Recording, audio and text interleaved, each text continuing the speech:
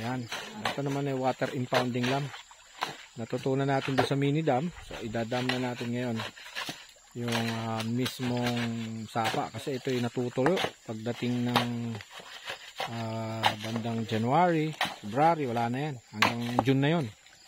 So makaipon man lang ng tubig para pang halaman, pang hayupan. Ayan, ano. Ito ang mga tutunan sa mini dam. Kaya lang primitive yung gamit, nakalimutan ng martilyo kompleto, no? Ayan. So ayan, gumagawa tayo ng maliit na bypass para bukas dito na natin padadaanin yung agos ng tubig, plus gagamit pa tayo ng isang motor para sakto lang na matuyo yung ibubuhos na simento, no? Ayan, hinahapon na kami. Pero kailangan para bukas. Sige, sige. Unahin mo yun doon. Sige, banat.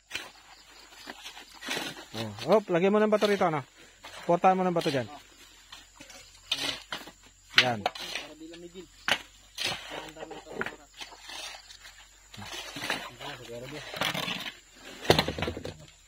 Yan, wag mo lang masyadong bigatan yung ating bypass para hindi mabiyak.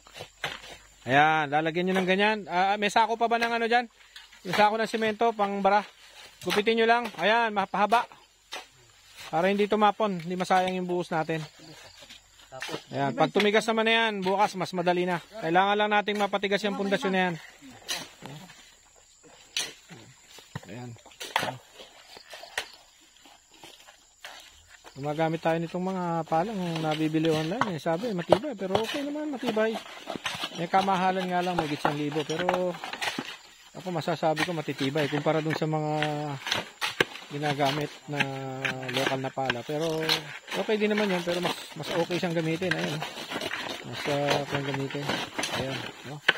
So I'll keep you posted sa mga susunod nating uploads kung umubra ba ito o ano. Pero tingin ko naman umubra.